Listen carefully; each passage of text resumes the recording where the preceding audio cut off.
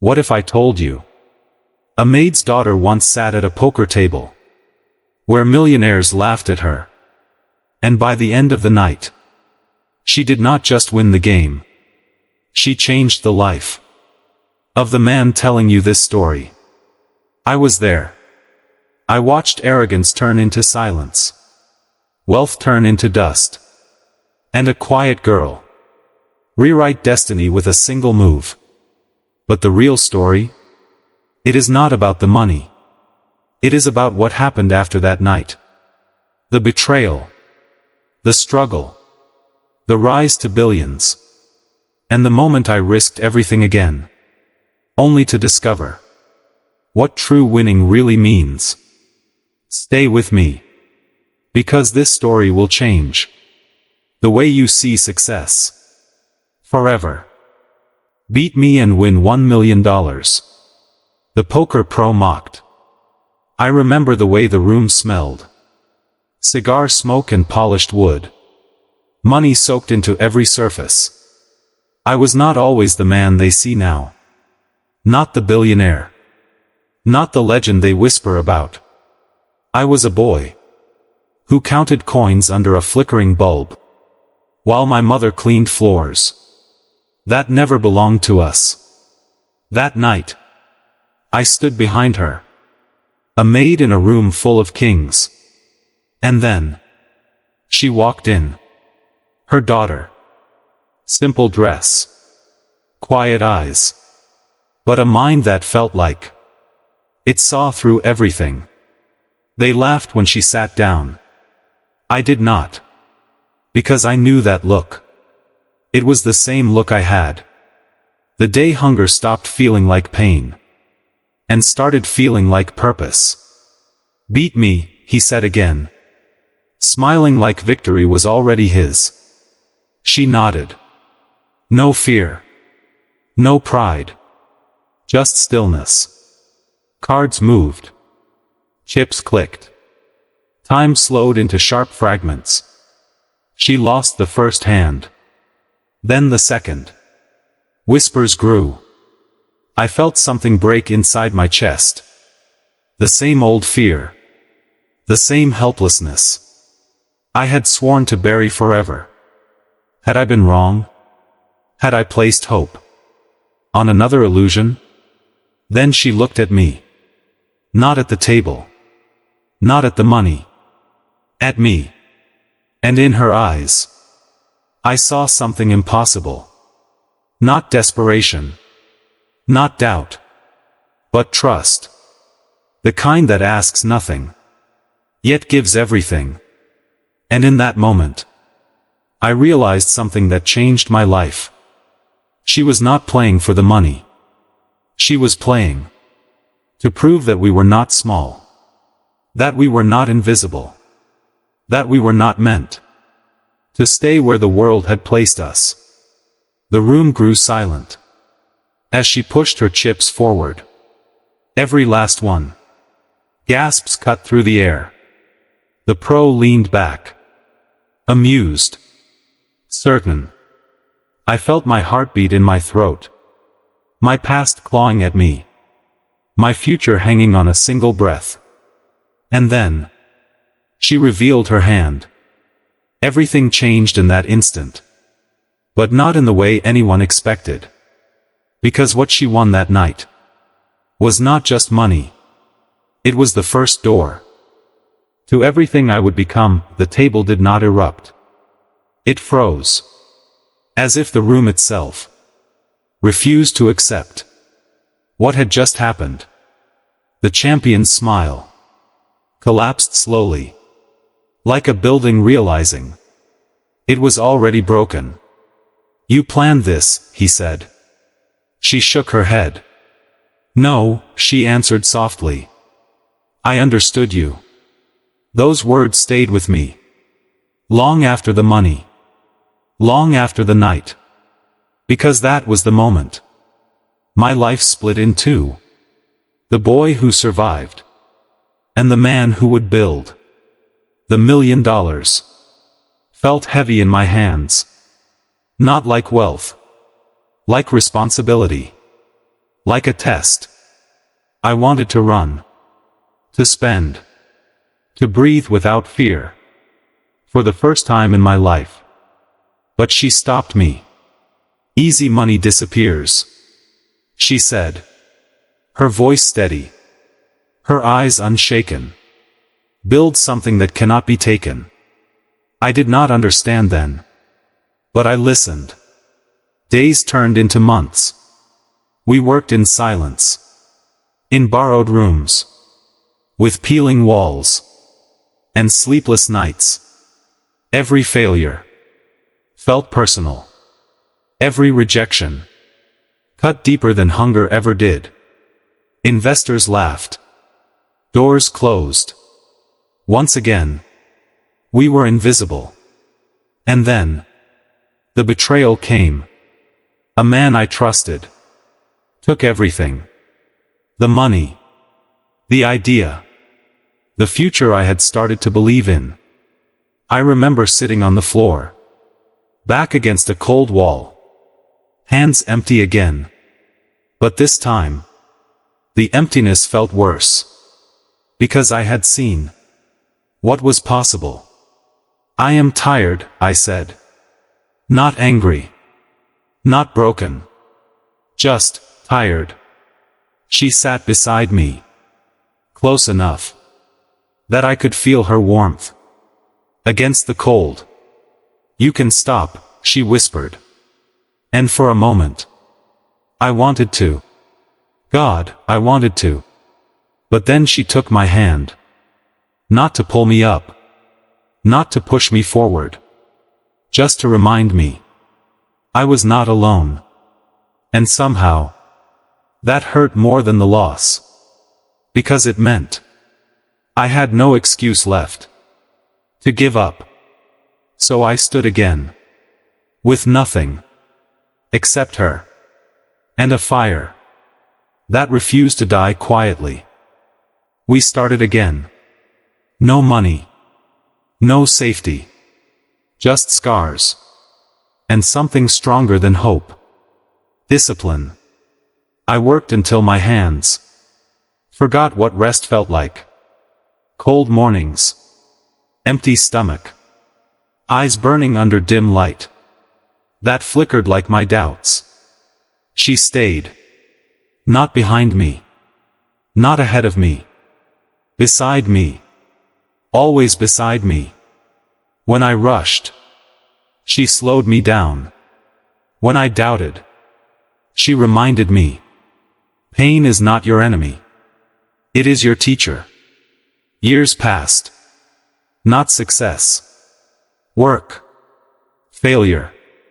Silence. Then one day, something shifted. A small deal. Then another. Numbers grew quietly. Like roots beneath the soil. No applause. No celebration. Just progress. And then, the world noticed. Suddenly, the same doors that rejected me opened too easily. The same voices that laughed called me visionary. It felt wrong. Because they did not see the nights I broke. The mornings I rebuilt myself. Piece by piece. But she saw. She always had. And when the first million became 10, and 10 became 100, I looked at her, waiting for pride, for excitement, for something loud. But she only smiled softly. Do you feel different? She asked. I wanted to say yes. But the truth sat heavy in my chest. No, I said. She nodded. Good, she replied. Then you did not lose yourself while finding everything else. That was the moment I understood wealth. Not money. Clarity. Purpose. The strength to remain unchanged in a world that rewards becoming someone else. Years later, they called me a billionaire. They studied my decisions. They admired my rise. They never understood the real reason I won. It was never the cards. Never the money. It was her. The maid's daughter. Who saw value where the world saw nothing. And now, as I stand in rooms far greater than that first one, with power, with influence, with everything I once dreamed of, I hear a familiar voice from across the table. Care to play again? I turned slowly. The same man. Older now. Less certain. But the arrogance. It still clung to him. Like a shadow that refused to fade. The room watched us. Not with laughter this time, but with expectation. They knew my name now. They knew my wealth. But they did not know my story. I glanced at her. She stood a few steps away. Calm. Unchanged. As if time had respected her. Too much to touch her. Do you want to play? I asked. Not for permission. For truth. She met my eyes. And for the first time since that night, I saw hesitation. Not fear. Something deeper. Something heavier. This time, she said quietly, it is not about proving anything. Her words unsettled me. Because for years, proving everything had been my fuel. My reason. My fire. The man across the table smiled. Name your price, he said. Money meant nothing now. Not to me. Not to the man I had become. But something inside me. Something old. Something unfinished. Rose again. Everything, I said. The word left my mouth. Before I could measure it, the room stirred. Not just money. Not just pride. Everything. The kind of bet that does not end at the table. Silence wrapped around us. Like a tightening grip. I felt her step closer. Close enough that I could hear her breath. Steady. But not calm. You do not need this, she whispered. And she was right. I did not need it. But need was never the reason. Men like me step into fire. I know, I said. Then why did my chest feel like it did years ago? Tight. Uncertain. Alive? The dealer began to shuffle. The sound. Sharp, precise. Cut through every memory I thought I had buried. I looked at my hands. Steady. But inside, something was shifting. Something dangerous. Because for the first time in years, I was not afraid to lose money. I was afraid to lose something else.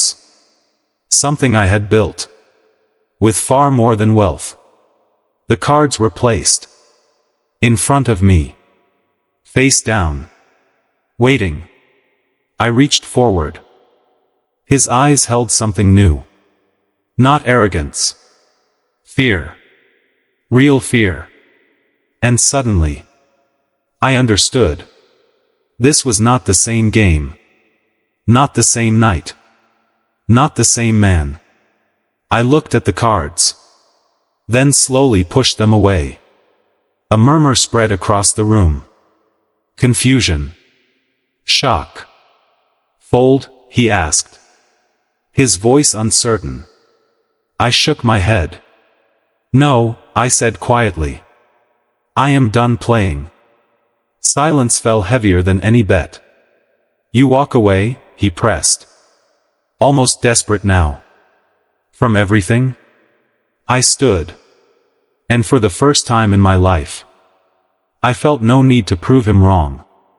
No, I replied, meeting his eyes with calm I had earned. I already won. The room did not understand. But she did. I turned to her. The girl who once sat at a table where no one saw her worth. The woman who built a man the world now respected.